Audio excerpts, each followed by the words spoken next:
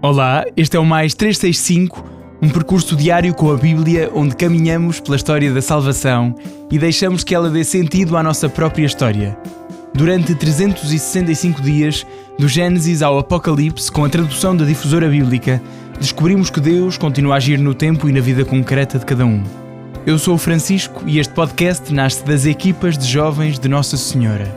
Lemos a Bíblia inteira, um dia de cada vez, sempre sob o olhar de Maria. Hoje é o dia 195, estamos no período do exílio e vamos ouvir Isaías 7 e 8, Tobite 7 a 9 e Provérbios 10, 5 a 8. Isaías 7. Em Judá reinava Acaz, filho de Jotam e neto de Uzias. Aconteceu que Resín, rei de Damasco, e Pecá, filho de Remalias, rei de Israel, marcharam contra Jerusalém para a combater, mas não puderam apoderar-se dela. Chegou a notícia ao herdeiro de David. Os sírios acampam em Efraim. Ao ouvir isto, agitou-se o coração do rei e do seu povo, como se agitam as árvores da floresta impelidas pelo vento. Então o Senhor disse a Isaías: Sai ao encontro de Acaz com o teu filho Shear-Yashub, na extremidade do aqueduto da piscina superior, junto à calçada do bataneiro, e diz-lhe: Tranquiliza-te, tem calma. Não temas nem te acobardes diante do furor de Resín, rei da Síria, e de Pecá, filho de Remalias. Não passam de 2 tições fumegantes. De facto, a Síria, Efraim e o filho de Remalias decidiram a tua ruína, dizendo: Vamos contra Judá e sitiemo-la, e proclamemos rei o filho de Tabiel. Assim diz o Senhor Deus: Tal não acontecerá nem se realizará. Assim como é verdade que a capital da Síria é Damasco, e que o chefe de Damasco é Resín, que a capital de Efraim é Samaria, e que o chefe da Samaria é o filho de Remalias, também é verdade que daqui a 5 ou 6 anos Efraim será destruída, deixará de ser povo. Se não o acreditardes, não subsistireis. O Senhor mandou dizer de novo a Acaz: Pede ao Senhor teu Deus um sinal, quer no fundo dos abismos, quer lá no alto dos céus. Acaz respondeu: Não pedirei tal coisa, não tentarei o Senhor. Isaías respondeu: Escuta, pois, casa de David. Não vos basta já ser molestos para os homens, senão que também ousais sê-lo para o meu Deus? Por isso o Senhor, por sua conta e risco, vos dará um sinal. Olhai, a jovem está grávida e vai dar à luz um filho, e há de pôr-lhe o nome de Emanuel. Ele será alimentado com requeijão e mel, até que saiba rejeitar o mal e escolher o bem. Porque antes que o menino saiba rejeitar o mal e escolher o bem, a terra, cujos 2 reis tu temes, será devastada. O Senhor fará vir sobre ti, sobre o teu povo e a tua dinastia, dias tais como ainda não foram vistos, desde que Efraim se separou de Judá. Ele mandará o rei da Assíria. Naquele dia, o Senhor assobiará aos moscardos, que vivem nos mais afastados canais do Egito, e às abelhas, que vivem no país da Assíria. Virão todos e pousarão nos vales e nas torrentes, nas cavernas dos rochedos, em todos os matos e em todas as pastagens. Naquele dia, o Senhor mandará vir o rei da Assíria do outro lado do rio Eufrates, rapar-vos a cabeça, o pelo do corpo e a barba. Naquele dia, cada um criará uma vaca e 2 ovelhas, e pela grande abundância do leite comerão requeijão e mel, todos os que ficarem na terra. Naquele dia, um terreno de 1000 cepas, no valor de 1000 peças de prata, produzirá apenas abrolhos e espinhos. Ali não se entrará senão com arco e setas, porque toda a terra estará coberta de abrolhos e espinhos. Não entrarás agora em todas as colinas cultivadas à enxada, pelo temor dos abrolhos e dos espinhos. Apenas servirão para pasto dos bois e para serem pisadas pelas ovelhas. Isaías 8. O Senhor disse-me: Pega numa tábua grande e escreve nela em caracteres legíveis: Maher Shalal Ashbaz. Tomei depois 2 testemunhas fidedignas, o sacerdote Urias e Zacarias, filho de Baraquias. Juntei-me à minha mulher, a profetisa, que ficou grávida e deu à luz um filho. E o Senhor disse-me: Chama-lhe pronto para o saque veloz para a presa. Porque antes que um menino saiba dizer papá, mamã, as riquezas de Damasco e os despojos da Samaria serão levados à presença do rei da Assíria. O Senhor disse-me de novo: Este meu povo rejeitou as minhas águas de Siloé, que correm tranquilas, mas tremeu diante de Recine e do filho de Remalias. Por isso farei cair sobre eles as águas abundantes e impetuosas do Eufrates, isto é, o rei da Assíria com todo o seu exército. Sobem acima das margens, transbordam das ribeiras, invadem Judá, inundam e submergem, chegam até ao pescoço. As suas margens estender-se-ão, até cobrirem a vastidão da tua terra, ó Emanuel. Sabei, ó povos, que sereis esmagados. Ouvi com atenção, vós, nações longínquas. Tomai as vossas armas e sereis destruídas. Repito, pegai nas vossas armas, que sereis destruídas. Traçai planos, que serão frustrados, ordenai ameaças que não serão executadas, pois temos o Emanuel, Deus conosco. Assim me falou o Senhor quando me agarrou com a sua mão para me afastar do caminho deste povo. Não chameis conspiração ao que este povo chama conspiração. Não temais o que ele teme, nem vos assusteis. Só ao Senhor do Universo é que deveis chamar santo. Ele é o único que deveis temer e respeitar. Ele será um santuário, mas também a pedra de tropeço, a rocha de precipício para as duas casas de Israel. Será laço e cilada para os habitantes de Jerusalém. Muitos tropeçarão nela, cairão e serão despedaçados. Serão enredados no laço e ficarão presos. Guardo o testemunho, selo esta instrução, que só revelo aos meus discípulos. Terei confiança no Senhor, que esconde a sua face à casa de Jacó, mas eu ponho nele a minha esperança. Eis que eu e os filhos que o Senhor me deu somos em Israel sinal de presságio, da parte do Senhor do Universo, que habita no monte Sião. Hão de dizer-vos: consultai os espíritos dos mortos e os adivinhos que murmuram e predizem o futuro. Porventura não deve o povo consultar os seus deuses e consultar os mortos em benefício dos vivos? Quando vos falarem assim, respondei: só devemos dar ouvidos às instruções do Senhor.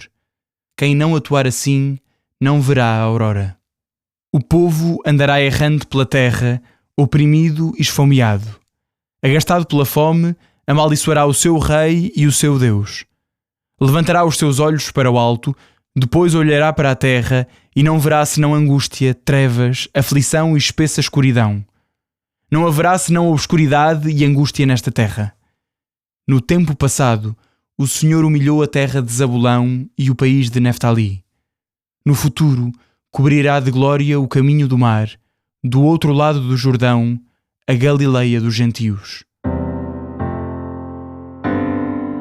Tobite 7. Quando chegaram a Ecbataná, Tobias disse ao anjo: Irmão Azarias, leva-me já a Raguel, nosso irmão. O anjo conduziu-o à casa de Raguel. Encontraram-no sentado à porta do pátio e cumprimentaram-no. Raguel respondeu-lhes: Eu vos saúdo, irmãos, de todo o coração. Sede bem-vindos com saúde. E introduziu-os em casa. Disse então Edná, sua mulher: Como este jovem se parece com o meu irmão Tobite. Ela perguntou-lhes: De onde sois, irmãos? Responderam-lhe: Somos da tribo de Neftali, deportados cativos para Nínive. Continuou Raguel: Conheceis Tobite, nosso irmão? Responderam: Sim, nós o conhecemos. Perguntou ainda: Como está?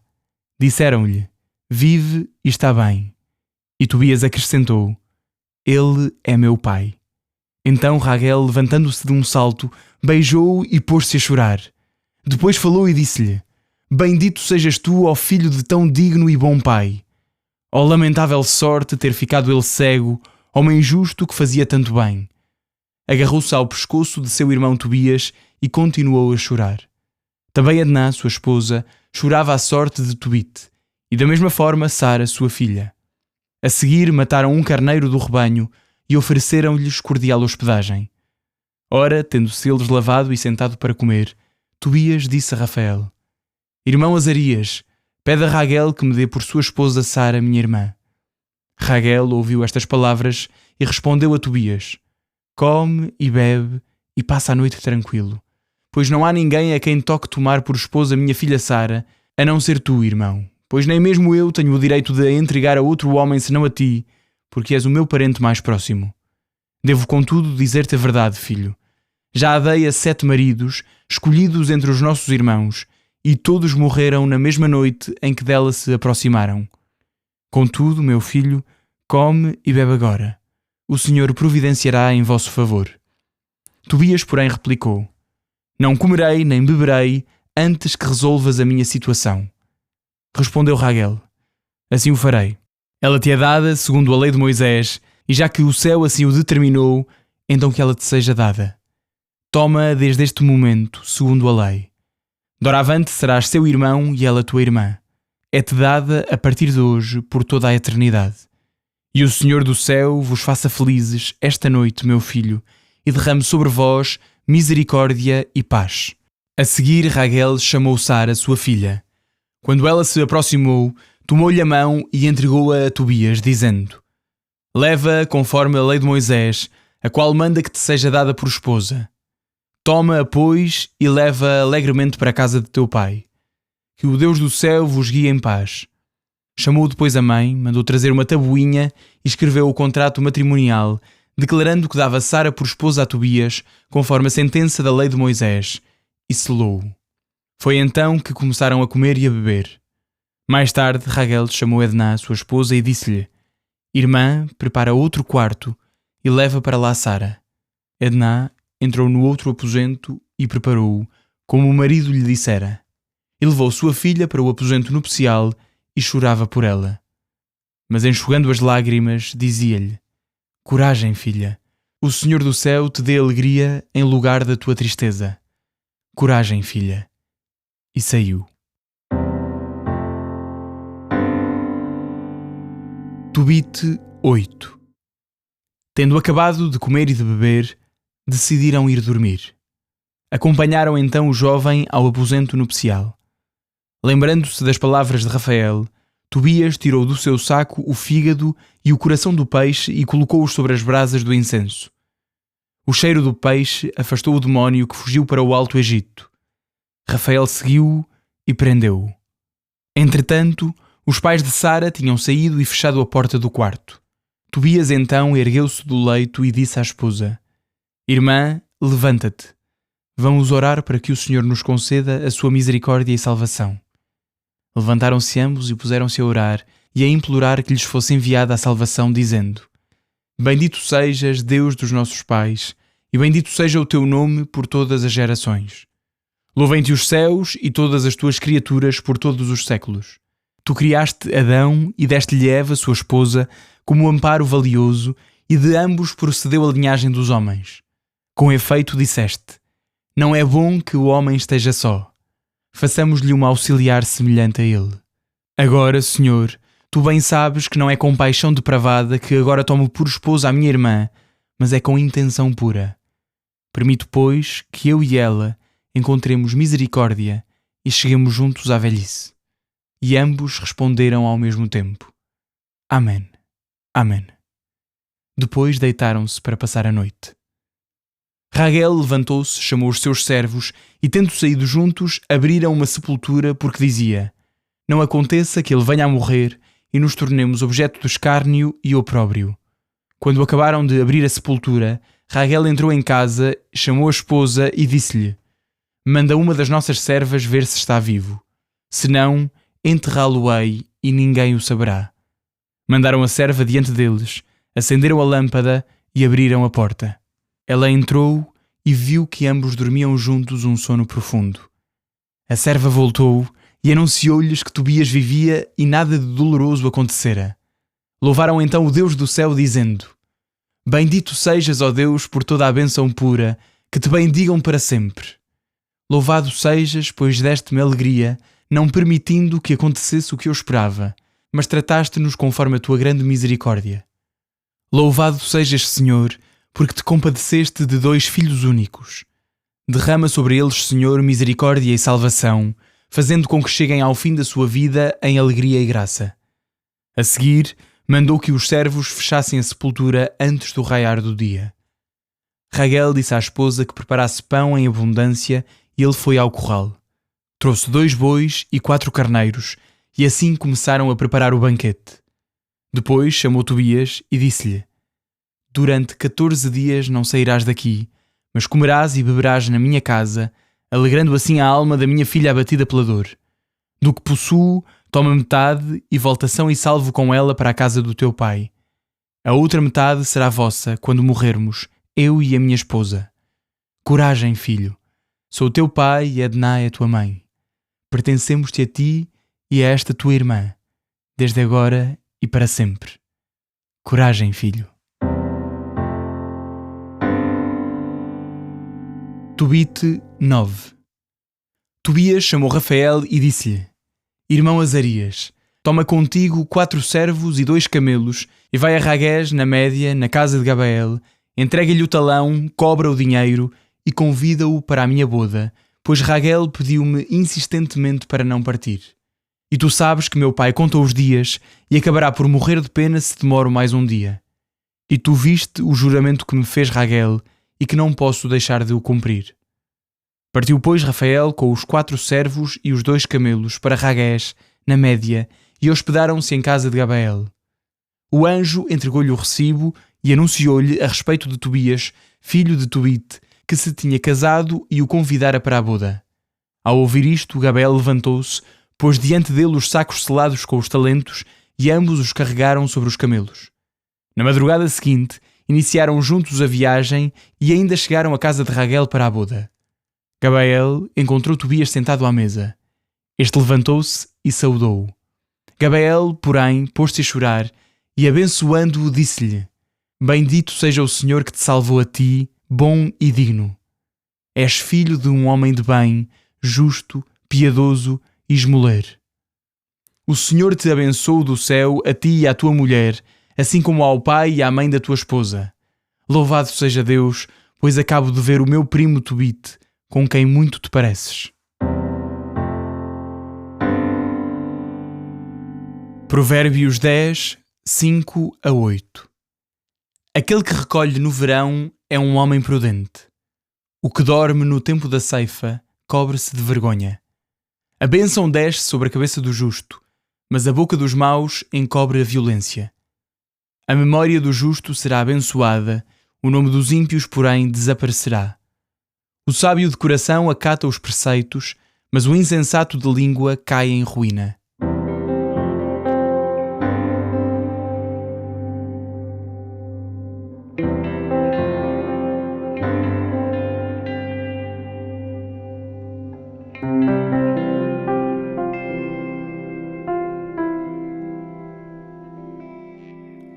Olá, bem-vindo a mais um episódio do Mais 365.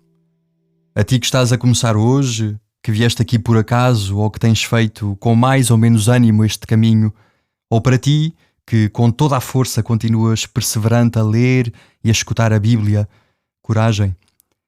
Talvez hoje venhas cheio de planos ou carregues algumas preocupações que te roubam a paz.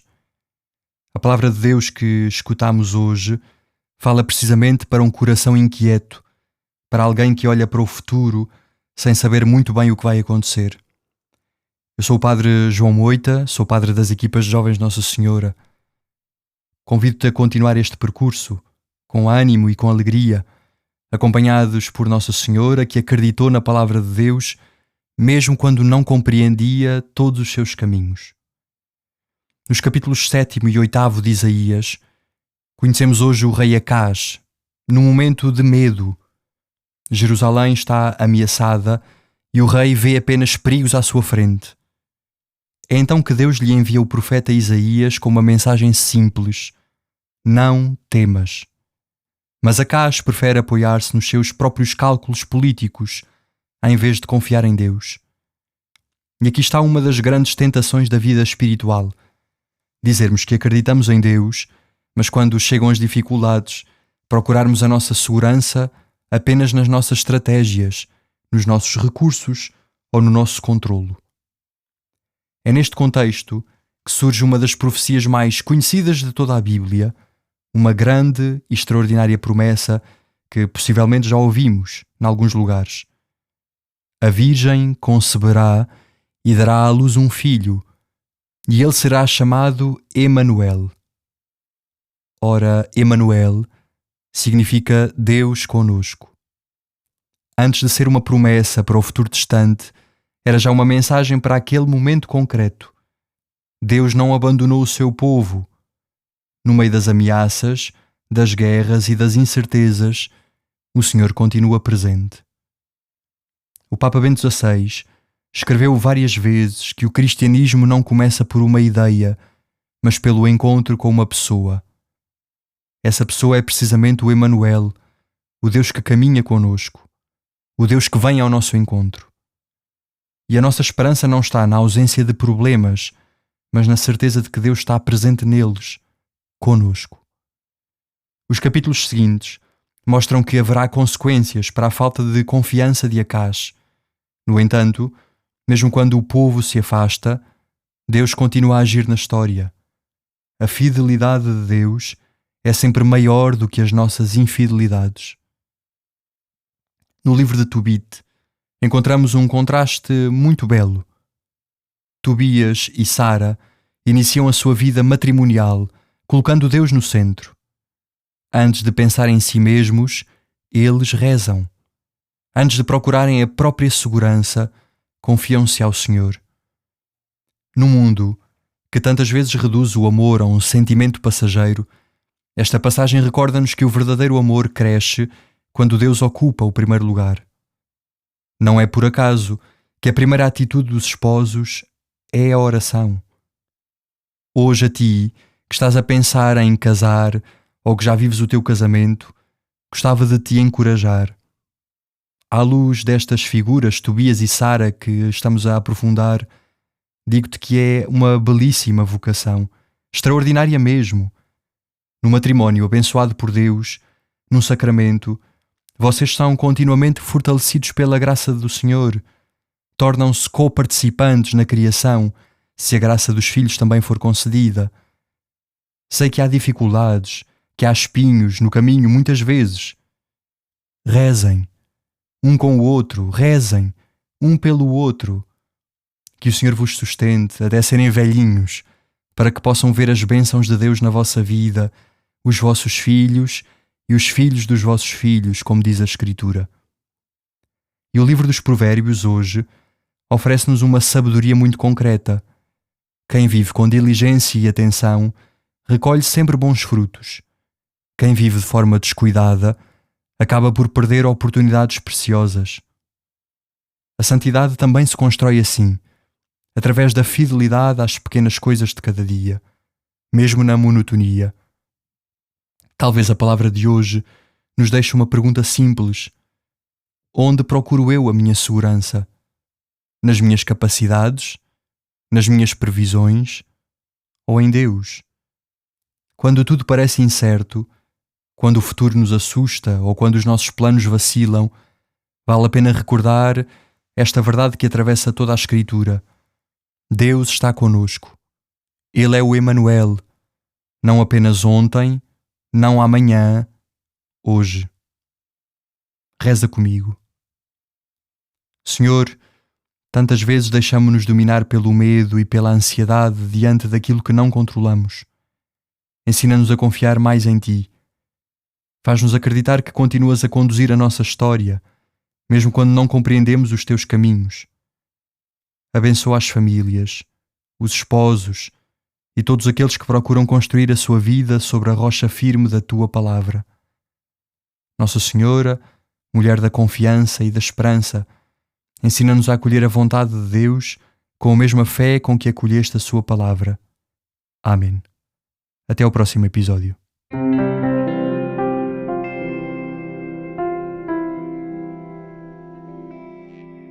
A minha alma glorifica o Senhor e o meu espírito se alegra em Deus, meu Salvador. Porque pôs os olhos na humildade da sua serva, de hoje em diante me chamarão bem-aventurada todas as gerações. O Todo-Poderoso fez em mim maravilhas, santo é o seu nome. A sua misericórdia se estende de geração em geração sobre aqueles que o temem. Manifestou o poder do seu braço e dispersou os soberbos. Derrubou os poderosos de seus tronos e exaltou os humildes. Aos famintos encheu de bens e aos ricos despediu de mãos vazias. Acolheu a Israel, seu servo, lembrado da sua misericórdia, como tinha prometido a nossos pais, a Abraão e à sua descendência para sempre. Glória ao Pai, ao Filho e ao Espírito Santo, como era no princípio, agora e sempre. Amém.